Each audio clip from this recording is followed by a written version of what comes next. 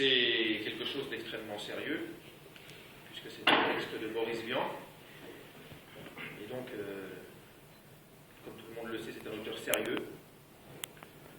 Donc, au départ, il était question de jouer quelque chose de Boris Vian, mais alors le problème c'est que de jouer quelque chose de Boris Vian avec des enfants qui ont entre 7 et 8 ans, on en avait des plus grandes avant, mais elles ont disparu de la circulation. Du coup, vous allez voir que je vais jouer, parce que je remplace au pied levé une actrice qui est partie, et là vous allez voir ce que c'est que le métier, puisque vous allez voir la prestation est éblouissante. Mais surtout, j'espère que vous serez éblouis par celle des enfants, qui sera très courte, parce que j'ai pris le parti de plutôt travailler courtement sur quelque chose de compris et d'assumé, que d'essayer de s'étaler longuement sur un texte qui n'était pas tout à fait à leur portée. Donc on a joué le jeu pour être là ce soir, mais Boris Vian c'est un petit peu difficile pour les enfants, donc on a préféré faire court et tenu plutôt que s'étendre. Alors ce que nous allons vous jouer ce soir est en fait une adaptation d'un texte de Boris Vian extrêmement connu. Je suis sûr que tout le monde le connaît ici. Ça s'appelle « Contes de fées à l'usage des moyennes personnes ». Bande d'incultes. Personne ne le connaît, mais oui. Et pourtant, Boris Vian a écrit un conte de fées. Donc, ça commence.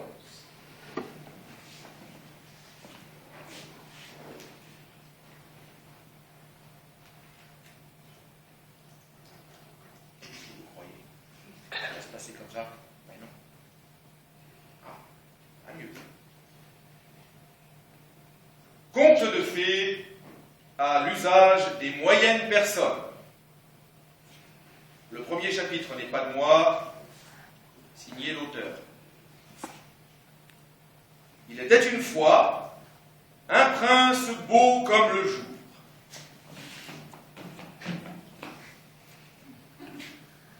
Il vivait entre son chien et son cheval à l'orée d'un bois, dans un château aux murs gris et au toit mauve. Le toit était recouvert de mousse et paraissait vert. Wouf, wouf. Il vivait solitaire et s'ennuyait beaucoup. Un soir, qu'il flânait sous la lune, il se prit à penser que la vie est amère quand il n'y a pas de sucre au fond. Il se prit à penser que la vie est amère quand il n'y a pas de sucre au fond. Oh là là, que la vie est amère quand il n'y a pas de sucre au fond. Alors il décida de partir. Partir, c'est mourir un peu. Wouf, wouf. Partir à la recherche de ce sucre si précieux et si rare. Le lendemain, dès l'aube, scellant son noir palefroid, Je ne crains pas froid non plus. il quitta son château tant aimé. Qui ne m'aime plus maintenant à cause du manque de sucre. Wouf, wouf. Il chevaucha par monts et par vaux, pendant de rudes et longues journées. Il traversa nombre de pays inconnus, voyant des bêtes étranges.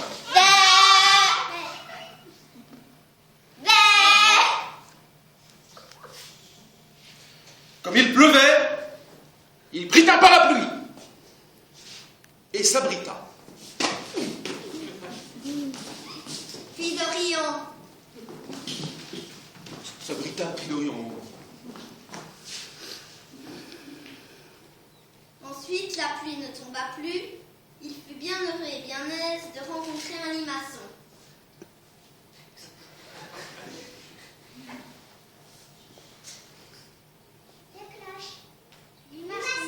On déclenche, éclache, Merle et Merlin l'enchanteur. Alors il s'arrête dans une auberge.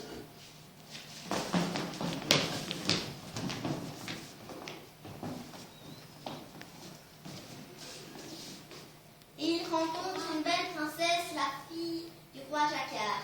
Waouh!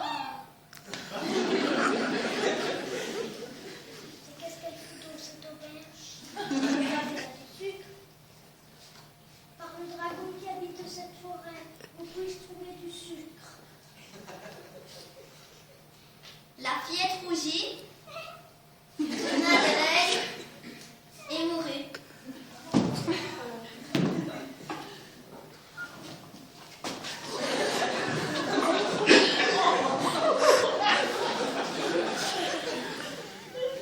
Alors le chevalier chevaucha de Rechède son palefroid qui l'amena dans un pays bizarre.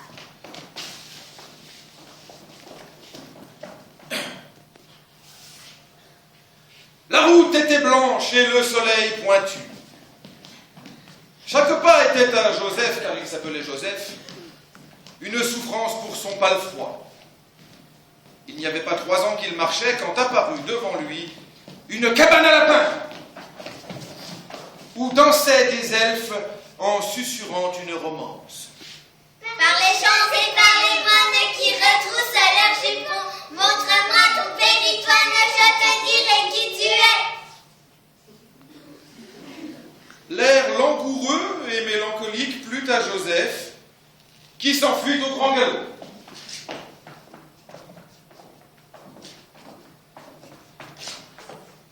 Chapitre 3.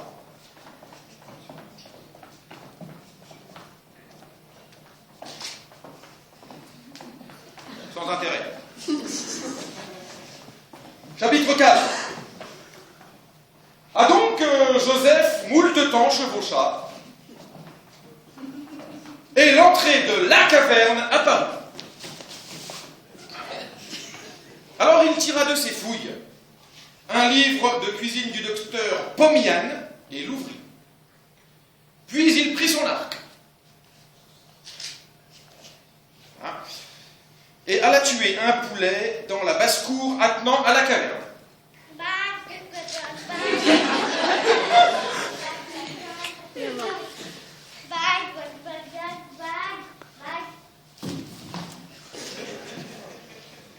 La sorcière ne fut pas contente. Elle avait une bosse dans le dos et des yeux chassieux. Sa lèvre inférieure pendait sur son menton. Ce que voyant, Joseph la tua et la mangea. Et la mangea avec le poulet.